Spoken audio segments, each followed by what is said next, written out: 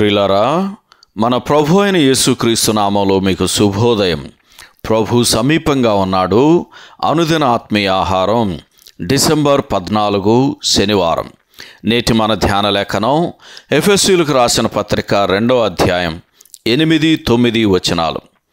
మీరు విశ్వాసము ద్వారా కృపచేతనే రక్షింపబడి ఉన్నారు. ఇది మీ వలన కలిగినది కాదు, దేవుని వరమే. అది క్రియల వలన కలిగినది కాదు గనక ఎవడునూ అతిశయపడ వీలు లేదు. వ్యాఖ్యానాంశం నిశ్చయత, రక్షణను గూర్చిన జ్ఞానము. వ్యాఖ్యానాంశం నిశ్చయత, రక్షణను గూర్చిన జ్ఞానము. వ్యాఖ్యానం: నీ విశ్వాసము సరైనదను నిశ్చయత నీకెలాగూ కలుగుతుంది? అలాగైతే నీవు సరైన వ్యక్తి యందు విశ్వాసముంచావా? అనగా దేవుని కుమారుని యందు విశ్వాసముంచావా? ఇక్కడ నీ విశ్వాసం యొక్క పరిమాణము ఎంత అన్నది కాదు ప్రశ్న. నీవు ఏ వ్యక్తి యందు నమ్మిక ఉంచావో ఆ వ్యక్తి నమ్మదగిన వాడేనా అనున్నది ముఖ్య విషయం. నీటిలో మునిగిపోవుచున్న ఒక వ్యక్తి క్రీస్తును గట్టిగా పట్టుకున్నాడు. ఇంకొకరు కేవలము ఆయన వస్త్రపు చెంగు మాత్రం ముట్టారు. అయితే ఇద్దరూ సమానమైన భద్రత పొందారు. వారిరువురు ఆయన ముగించిన శిలువ కార్యం యొక్క నిత్య ప్రభావమందు నిశ్చయత ద్వారా విశ్రాంతిని పొందారు. దీనినే ఆయన యందు విశ్వాసముంచుట అని చెప్పవచ్చు.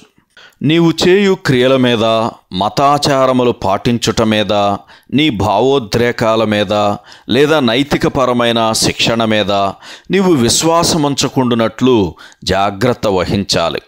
ఇటువంటి వాటి మీద నీకు ఎంత బలమైన విశ్వాసమున్ననో నీవు నిత్య నాశనానికి గురి కావచ్చు. క్రీస్తుపై ఎంత బలహీనమైన విశ్వాసమున్ననో నిత్య రక్షణ పొందవచ్చు. అయితే మనపై మనకు ఎంత బలమైన విశ్వాసమున్ననో ఏమాత్రం ప్రయోజనం కలగదు. ఒకరోజు ఒక చిన్న అమ్మాయి నా దగ్గరకు వచ్చి, నేను ఆయన యందు విశ్వాసముంచి ఉన్నాను, అయితే నేను రక్షింపబడ్డానా అని ఎవరైనా నన్ను ప్రశ్నించినప్పుడు దానికి అబద్ధం చెప్పినట్లు అవుతుందేమోనన్న భయంతో అవును అని జవాబు చెప్పటానికి నేను ఇష్టపడటం లేదు అని నాతో చెప్పింది.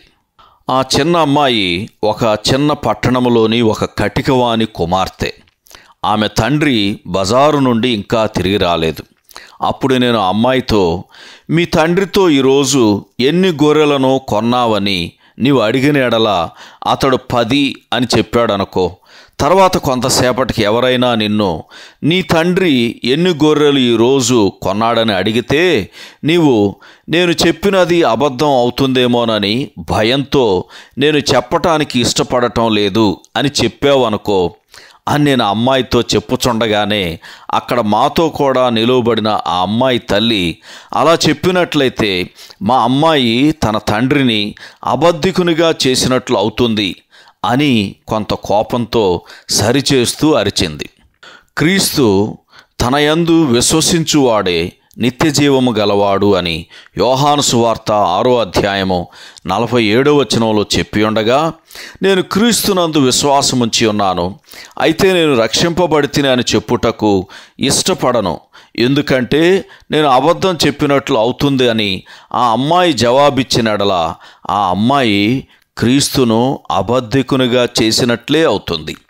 సహోదరుడు జి కటింగ్, శుభములతో వందనాలు.